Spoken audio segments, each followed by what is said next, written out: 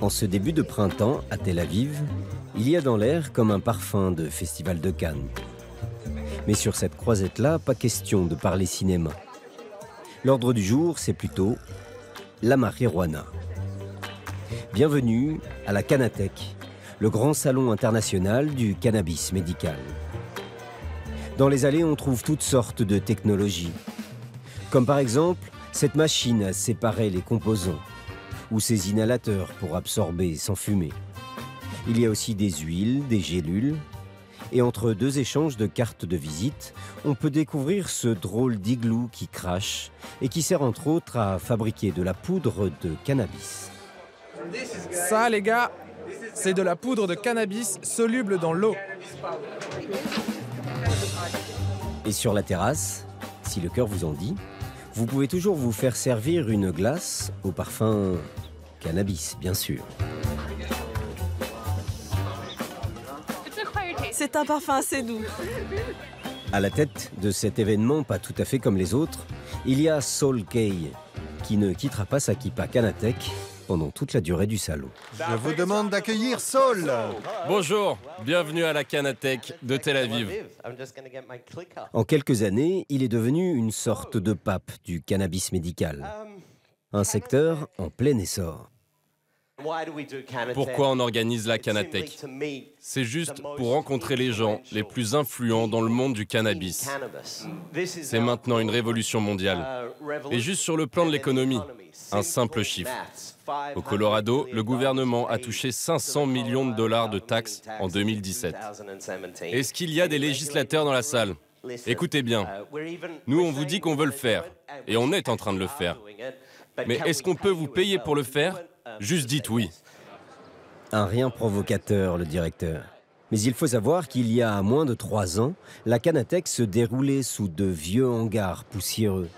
Aujourd'hui, le ticket d'entrée est à 1 500 $ et plus de 40 pays y participent. Saul Kaye enchaîne les interviews avec la presse du monde entier. Et il ne faut pas le pousser beaucoup pour l'entendre dire qu'Israël, en matière de cannabis médical, est devenu la nouvelle terre promise. Les choses avancent un peu partout, et Israël est un peu au centre de tout ça.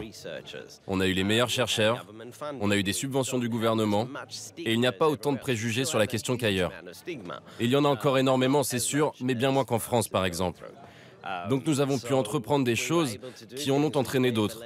Et tout cela nous positionne en quelque sorte au centre du monde. Parmi les visiteurs, il y a Mike Gorenstein. Avec son sac à dos et son t-shirt, il n'a pas forcément l'air d'un PDG, mais ce businessman venu spécialement du Canada est à la tête de Chronos. Hey, comment ça va? Sa société, spécialisée cannabis, est cotée en bourse et pèse plusieurs millions de dollars. Comment ça se passe? On entend plein de belles choses sur vous. Quel genre de produit vous avez maintenant? Des comprimés. C'est ce qui se vend le plus. En fait, tout le monde en prend. Comme beaucoup d'autres entreprises canadiennes et américaines, Mike et sa société ont récemment décidé d'investir dans la production en Israël. Quand on regarde les États-Unis et le Canada, d'un point de vue, on va dire historique, on s'aperçoit que les gens qui sont dans l'industrie du cannabis viennent du marché noir. Ce sont plutôt des hippies. Ce n'est pas tout à fait le profil Harvard. Quand vous venez ici, vous ne vous retrouvez pas avec des gens du marché noir et des dealers. Vous êtes avec des professeurs, des chercheurs. Et dans les conférences, les intervenants ont tous fait des recherches sur des souris. Il y a des spécialistes en cancérologie. Ils ont tous des profils universitaires. À l'issue des 2 jours de Canatech, les VIP auront droit à un petit tour d'Israël, histoire de découvrir les technologies de pointe et les nouveaux secteurs de recherche. Il y a tant de choses à voir. Cela fait un peu plus de 10 ans que la marijuana thérapeutique est autorisée en Israël. Des dizaines de milliers de patients sont officiellement soignés au cannabis. La production ne cesse de se développer et le marché ces 3 dernières années a connu une croissance de plus de 70%. L'État a investi plusieurs dizaines de millions de dollars dans la recherche et le pays est aujourd'hui considéré comme le leader scientifique mondial. Tout a commencé à Jérusalem, à l'université hébraïque. Dans les années 60, un chimiste israélien, le professeur Raphaël Mechoulam, a découvert les différents composants du cannabis, comme le cannabidiol et le THC. Ce composant, c'est le THC. C'est le composant psychoactif. On a publié cette découverte en 1964. C'était il y a un petit moment.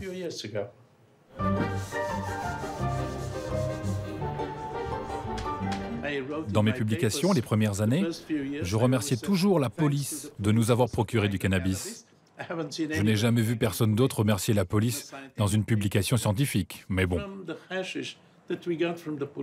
À partir de ce hashish, fourni par la police, nous avons isolé beaucoup de composants. Et nous avons publié la formule chimique et le profil pharmacologique du THC et d'un autre composant appelé le cannabidiol. Il y en a beaucoup dans le cannabis, mais ce n'est ni toxique ni psychoactif. Et ce composant a de nombreuses vertus médicales. Au cours de sa carrière, le professeur Mechoulam a publié plus de 300 articles scientifiques. Il fut aussi l'un des premiers à révéler que le cannabis pouvait traiter des maladies graves.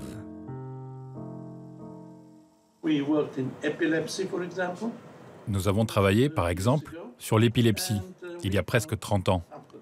Et nous avons trouvé, en faisant des recherches sur les souris, que le cannabidiol a des résultats formidables pour soigner l'épilepsie. Nous en avons donné à des patients sur lesquels plus rien ne faisait effet. Et ça a très bien marché. La moitié des patients ne faisaient plus de crise. D'autres, presque plus. Mais malheureusement, personne n'a pris cette publication en compte pendant plus de 25 ans. Quelques années plus tard, tout de même, à la suite du professeur Mechoulam, d'autres chercheurs ont démontré que le cannabis avait des effets positifs sur des maladies telles que l'épilepsie, l'autisme, Parkinson et beaucoup d'autres encore. Aujourd'hui, en Israël, plus de 30 000 patients sont autorisés à se soigner avec du cannabis médical. À Tel Aviv, voici le centre de distribution de Tikkun Olam, la première entreprise israélienne à avoir produit et distribué du cannabis. Pour pouvoir y entrer, il faut présenter une autorisation délivrée par un médecin agréé par l'État. Des dizaines de malades s'y succèdent à longueur de journée, des patients de tous âges, même des retraités, comme cette professeure d'anthropologie qui vient aujourd'hui chercher le traitement antidouleur de son mari atteint de cancer. Pendant toutes ces années où j'étais professeur d'anthropologie de la médecine, j'ai vu tellement de gens à qui le cannabis faisait un bien fou. Et je ne voudrais pas qu'ils soient obligés d'aller se fournir dans la rue. C'est tellement bien de venir ici. C'est une vraie expérience. Mayam Weisberg a commencé ici comme bénévole il y a plus de 10 ans. Elle était convaincue dès les premières heures des bienfaits du cannabis sur la santé. Depuis, la jeune femme est devenue porte-parole de Tikkun Olam. Elle aime à montrer que sa société a tout prévu pour le confort des patients. On propose à nos patients de l'herbe qu'on fait pousser dans nos propres serres. Et nous avons au moins 18 variétés différentes. Mais certaines personnes ne peuvent pas fumer ou même vapoter l'herbe pure. Alors on leur propose de la prendre sous forme de gélule. Là, vous avez des composants pour une gélule de 80 mg. Pour les personnes âgées et même pour les autres patients, c'est juste une pilule de plus qu'ils peuvent prendre avec celle qu'ils prennent déjà tous les jours. C'est moins impressionnant pour eux. Ces huiles-là sont proposées surtout en pédiatrie, pour les enfants. Surtout ceux qui sont atteints d'épilepsie et d'autisme. L'autre raison pour laquelle on a proposé ces huiles, au moins au tout début, c'était pour permettre aux patients d'en prendre pendant Shabbat. Quand c'est Shabbat, on ne peut pas fumer parce qu'on n'a pas le droit d'allumer du feu. Le centre, ce jour-là, accueille Yael, une patiente de 23 ans. Il me faudrait de l'érès à 3% et une autre à 15%. Tous les mois, on lui fournit ainsi de l'herbe et de l'huile de cannabis.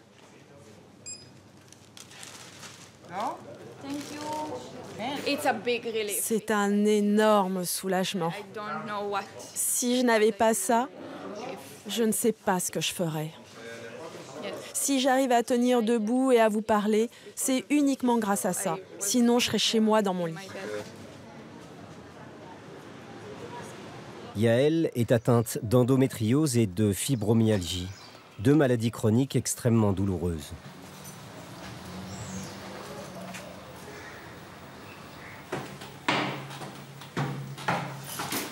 Bonsoir. Bonsoir Maëlle. Je suis allée à Tikkun Olam et j'ai pu en avoir plus. 40 grammes cette fois-ci. De l'herbe et de l'huile. Super.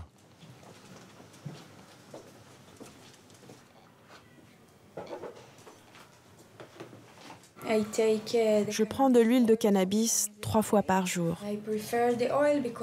Je préfère l'huile parce que je ne fumais pas avant. Donc c'est mieux et surtout l'effet est plus fort et il dure plus longtemps.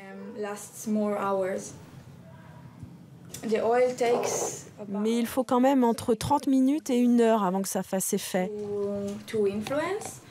Alors en cas d'extrême urgence, je fume aussi. Avec l'endométriose, la douleur est pire encore pendant les règles. À chaque fois que j'avais mes règles, j'allais à l'hôpital, en ambulance. Je hurlais de douleur. Et ça durait 1 semaine ou plus. C'était le pire, mais le reste du mois, je souffrais beaucoup également. Et avec ma fibromyalgie, je n'arrivais pas à dormir, mais pas du tout quoi. Ou alors peut-être 3 heures par nuit, pas plus. Et ça n'a pas duré juste quelques jours, ça a duré pendant des années. Je n'arrivais même plus à sortir du lit. Mon corps était devenu si faible. Et l'endométriose s'est répandue jusque dans mes intestins et ailleurs. Je ne pouvais plus rien faire. J'ai arrêté mes études, j'ai arrêté mon travail, je travaillais pour la télé. Oh, c'était vraiment horrible.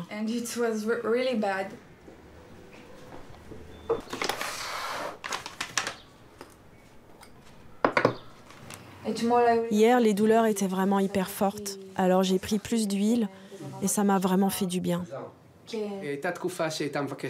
Au début, elle m'a demandé de lui rouler des joints. Alors je l'ai fait. Mais bon, j'ai appris en regardant des tutoriels sur YouTube.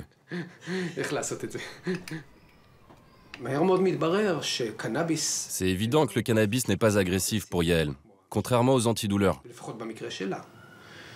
C'est la solution qu'elle a trouvée. C'est son choix. C'est une femme indépendante et mon rôle de père, c'est de respecter ça. Maintenant, avec l'huile de cannabis, je sais que je ne risque plus de hurler de douleur, sans rien pour me soulager.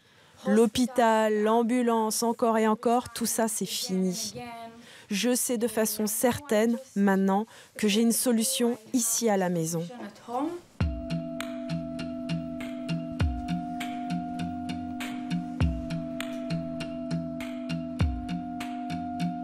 En Israël, la situation géopolitique, les tensions, les affrontements ne cessent de créer de nouveaux traumatismes. 720 000 personnes sont atteintes du syndrome de stress post-traumatique. C'est presque 1 personne sur 10. Un des moyens d'atténuer les effets de cette maladie mentale est de recourir au cannabis.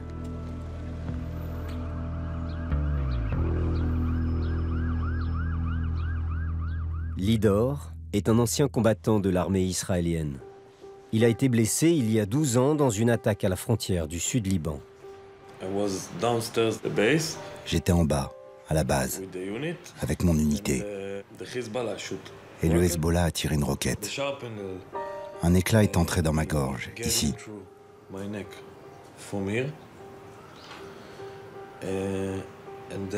Et puis il a déchiré mes poumons. Et puis est remonté jusqu'à l'épaule. J'ai perdu 2,5 litres de sang.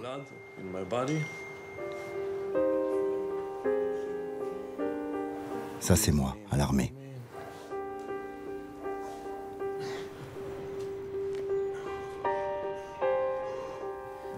Ça, c'est un des éclats de l'obus qui a failli me tuer. Ils m'ont recousu l'œsophage et la trachée. Je ne pouvais pas respirer normalement. Je respirais par la trachée. Je n'ai pas pu parler pendant 2 ans. Je ne pouvais pas me nourrir par la bouche. Après tout ça, ce trauma, ces choses que j'ai vues, ce que j'ai vécu, ça te reste dans la tête. Et tu as besoin de quelque chose pour évacuer tout ça.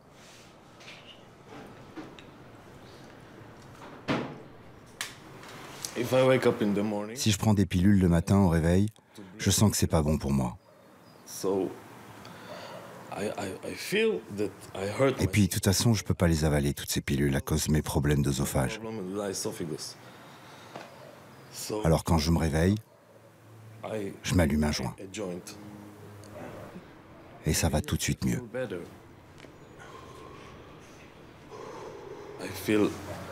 Je ressens moins le stress et les effets post-traumatiques.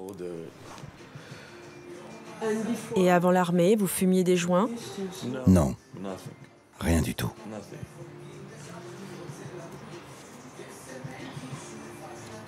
Depuis qu'un médecin lui a prescrit du cannabis, Lidor a retrouvé le sommeil.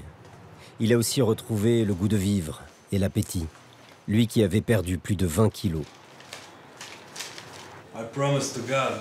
J'ai promis à Dieu que si un jour je m'en sortais et que j'arrivais à manger de nouveau, alors je prierai toute ma vie, tous les jours. C'est notre accord.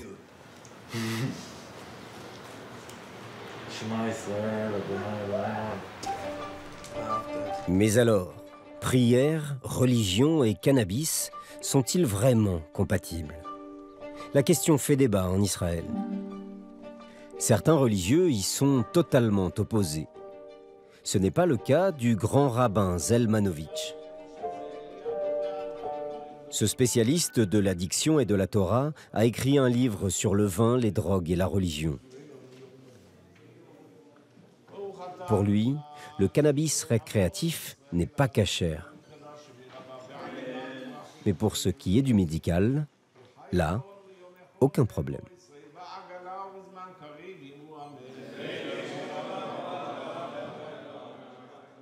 Il y a dans la Torah le commandement Vechai Bahem. Il précise que l'homme ne doit pas souffrir, l'homme ne doit pas être triste, il doit être bien. Et le religieux, Rashbam, dit que si vous avez tout essayé, tous les médicaments, et s'il n'y a pas d'autre alternative, alors vous pouvez recourir à certaines substances, même si elles vous rendent dépendant. Mieux vaut être dépendant que souffrir.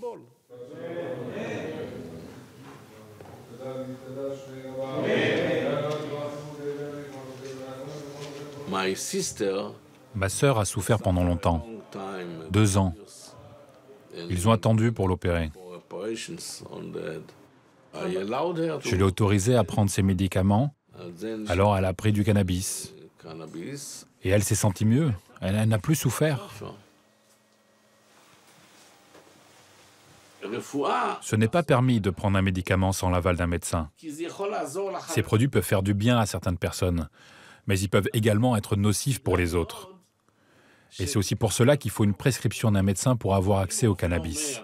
C'est lui qui détermine quel dosage et quelle fréquence, si ça peut soulager ou non, en fonction de l'état de santé du patient. Dans ce cadre-là, alors oui, c'est permis. Cachère ou non, de nombreuses entreprises ont senti l'intérêt de ce green rush façon cannabis. Il y a même parmi elles des kibboutz, ces fermes collectives d'inspiration socialiste. Ran Ferdman est en charge de la production agricole du kibboutz Rouhama, dans le nord Negev. Ici, on produit du blé, de l'orge, du persil, bref, tout ce qu'il y a de plus classique en agriculture.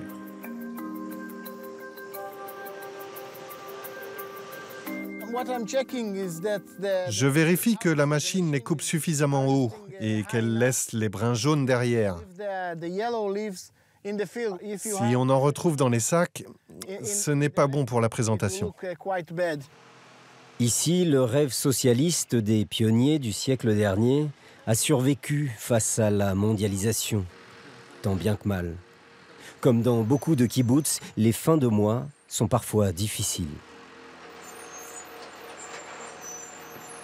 Le problème pour les kibboutz, c'est d'arriver à préparer le futur. Il faut s'adapter au XXIe siècle, au capitalisme. Il faut faire face et trouver de nouveaux moyens de s'en sortir. Et c'est pour cela qu'on doit s'entourer des bonnes personnes pour nous accompagner vers l'avenir, dans les meilleures conditions. Il y a 2 ans, le kibboutz s'est offert les services de nouveaux partenaires. David Gabé, le directeur à gauche, s'est associé à Noam Shehanovsky, un chercheur biologiste. Ensemble, ils ont décidé de construire pour produire du cannabis et ils voient les choses en grand. Ce que vous voyez là, ça va devenir notre centre de recherche, de production et de conditionnement. Là, ça sera l'entrée. La production qui est là-bas, on va l'installer ici? Oui, et plein d'autres choses. C'est une alliance entre le passé et l'avenir.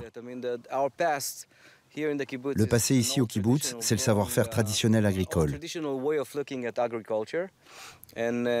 Et on associe tout ça à la science, dans un secteur qui vient de naître. Le cannabis, c'est tout nouveau, ça vient de naître. Pour l'agriculture du kibbutz, c'est vraiment ça l'étape suivante. Et on espère que ceux qui viendront après nous iront encore plus loin. Pour le moment, le kibbutz ne compte que 200 pieds destinés à la recherche. Pour le local de production, on a fait, comment dire, avec les moyens du bord, en recyclant les vieux bunkers. Ici, on commence la révolution du cannabis, au bunker 11.